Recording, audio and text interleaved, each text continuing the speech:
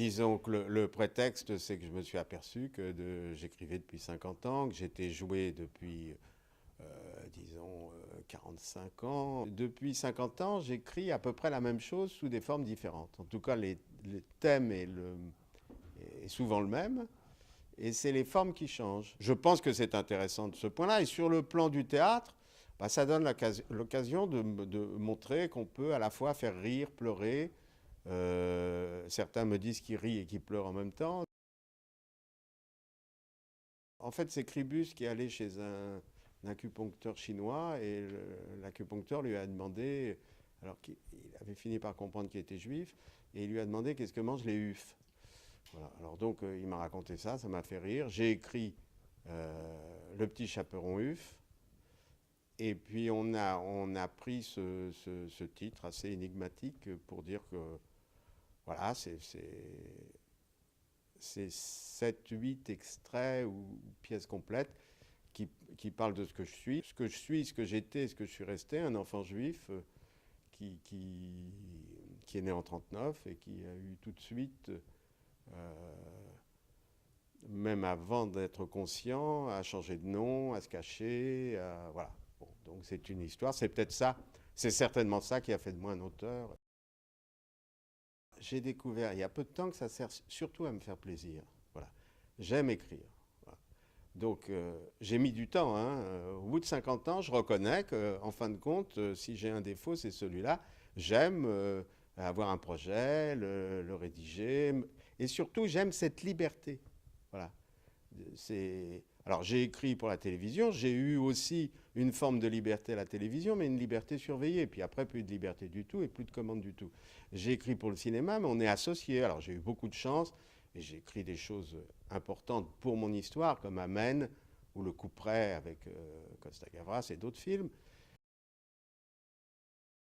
Faire rire et pleurer. Voilà. Et s'adresser au plus grand nombre en essayant de les élever, de ne pas prendre le plus grand nombre pour un imbécile. Voilà. Même s'il y a beaucoup d'imbéciles, dont je fais peut-être partie. Mais quand j'écris, j'essaye de m'élever et d'élever les autres. Voilà. Et surtout, je pense qu'aujourd'hui, il y a une sorte de devoir dans l'expression, c'est-à-dire de donner malgré tout, aux gens envie de vivre. Voilà. J'ai été très, très influencé par Beckett, comme à peu près tout le monde, quoi. C'est lui qui a permis au théâtre moderne de s'exprimer, par Eugène O'Neill, et plutôt par des romanciers. Voilà, j'étais un grand lecteur de romans avant de m'intéresser au théâtre. Je suis beaucoup joué par les amateurs, je suis beaucoup joué en milieu scolaire. Il y a tout un tissu qu'on ne voit pas de gens qui sont en fait à la recherche d'une parole. Alors, est-ce que cette parole leur est nécessaire?